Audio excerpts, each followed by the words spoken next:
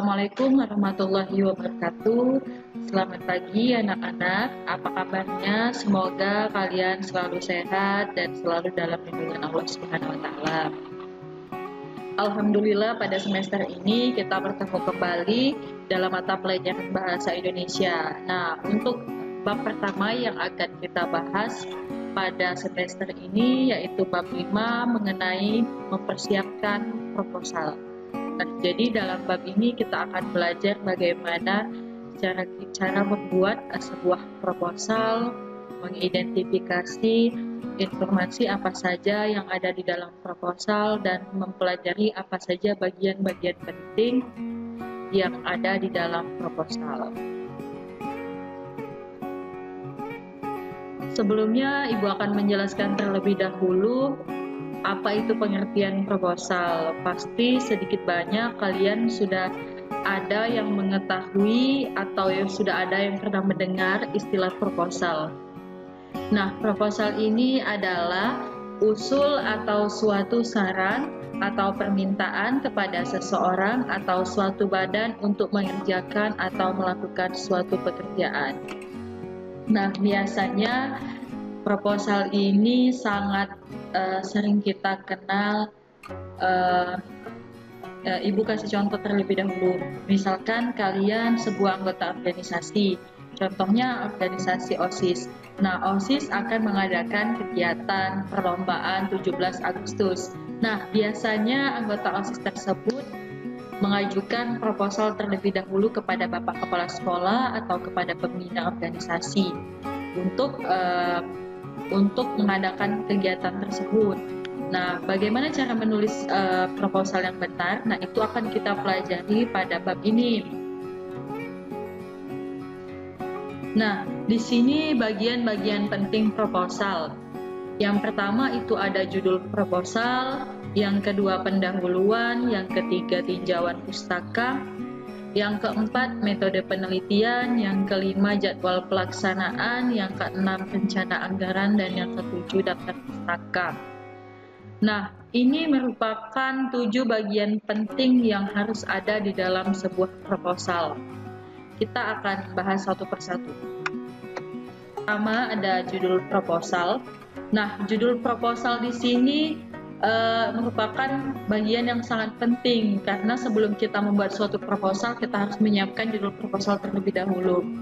Ibu kasih contoh seperti tadi ketika siswa yang mengikuti organisasi OSIS ingin membuat sebuah proposal tentang perlombaan 17 Agustus. Berarti judul proposal tersebut adalah proposal perlombaan peringatan Hari Ulang Tahun Republik Indonesia yang ke-74 misalnya ya. Yang kedua pendahuluan. Nah, pendahuluan ini biasanya berisi tentang latar belakang tentang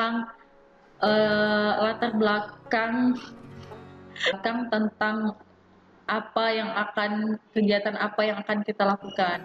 Misalnya tadi kegiatan 17 Agustus berarti isinya latar belakang mengapa kegiatan tersebut harus dilaksanakan, dan juga biasanya memuat tentang tujuan proposal. Tujuan dibuatnya proposal itu untuk mengadakan lomba 17 Agustus, dan di dalamnya itu membahas sedikit tentang apa pentingnya 17 Agustus, apa pentingnya kita merayakan, atau apa pentingnya kita membuat perlombaan, seperti itu. Yang ketiga ada tinjauan pustaka. Nah, tinjauan pustaka di sini berisikan jadi tinjauan pustaka ini mengenai penjelasan singkat yang penting mengenai tentang kegiatan apa yang akan kita lakukan. Pembahasan tentang apa pentingnya kegiatan yang akan kita lakukan, pengertiannya, definisinya, tujuan, dan manfaatnya. Jadi itu kita jelaskan di bagian tujuan pustaka. Nah, yang keempat metode penelitian. Jadi metode penelitian di sini digunakan untuk membuat sebuah proposal penelitian biasanya. Kalau untuk membuat proposal kegiatan, biasanya kita tidak menggunakan metode penelitian. contoh untuk metode penelitian, misalnya kalian mau membuat sebuah penelitian, sebuah proposal penelitian tentang pentingnya membaca di lingkungan SMK. Nah, itu biasanya kita harus menggunakan salah satu metode penelitian. Bisa menggunakan metode wawancara, bisa juga menggunakan metode angket, disesuaikan dengan penelitian apa yang akan kalian lakukan. Yang kelima itu jadwal pelaksanaan. Jadi di dalam sebuah proposal itu pasti harus ada jadwal pelaksanaan. Pelaksanaan yang seperti apa? Pelaksanaan kegiatan. Tadi kita mengambil contoh kegiatan yang akan kita kegiatan perlombaan 17 Agustus di SMK Pratiwi Prabumuli. Nah, jadwal pelaksanaan yang harus dilampirkan di dalam proposal tersebut ya jadwal perlombaannya. Misalkan kita mengadakan 5 perlombaan. Ada perlombaan bola voli, bola basket, futsal, apalagi ya? Misalnya lomba balap karung, lomba kelereng. Nah, ada 5 lomba. Nah, 5 lomba itu jadwalnya misalkan bola voli hari Senin, bola basket hari Selasa, futsal hari Rabu, jamnya juga dari pukul 8 sampai pukul 10. Nah, seperti itu. Harus dituliskan secara rinci agar pembaca proposal tersebut paham terhadap jadwal yang kita buat. Yang keenam, rencana anggaran. Nah, yang ini merupakan poin yang paling penting dalam sebuah proposal. Karena apa? Karena tujuan proposal itu kan dibuat untuk mengajukan permohonan dana. Nah, jadi rencana anggaran yang dibuat harus jelas. Misalkan tadi kita mau mengadakan perlombaan bola basket. Oh, apa saja yang harus diperlukan untuk kita mengadakan perlombaan basket tersebut, entah itu bola basket, entah itu pakaian basket, termasuk juga konsumsi dan lain sebagainya. Nah, itu harus ditulis secara jelas dan rinci di bagian rencana anggaran. Ya, dan yang ketujuh itu daftar pustaka. Daftar pustaka itu merupakan, daftar pustaka itu memuat tentang referensi-referensi apa saja yang kita gunakan dalam penulisan proposal, baik itu yang kita gunakan dalam tinjauan pustaka, pendahuluan, atau dalam metode penelitian. Nah, itu harus dicantumkan supaya tidak supaya kita tidak disebut sebagai plagiat. Plagiat itu menjiplak hasil karya orang lain. Jadi jika kita mencantumkan atau kita mengutip kata-kata orang lain dari sebuah buku, nah itu harus kita tuliskan di bagian daftar pustaka. Kita menggunakan referensi buku siapa, terbitan siapa, buku tersebut diterbitkan tahun berapa, nah itu harus ditulis jelas dan lengkap di bagian daftar pustaka. Oke, itu tadi tentang 7 bagian penting dalam proposal. Nah, selanjutnya di sini menemukan informasi dalam proposal. Karena proposal itu bertujuan untuk memperoleh izin dan persetujuan dari pihak lain tentang rencana yang akan datang untuk mengajukan permohonan dana dan memperoleh dukungan dari sponsor dengan cara bekerja sama. Nah, menemukan informasi dalam proposal itu bisa ditemukan oleh pembaca ketika dia membaca sebuah proposal.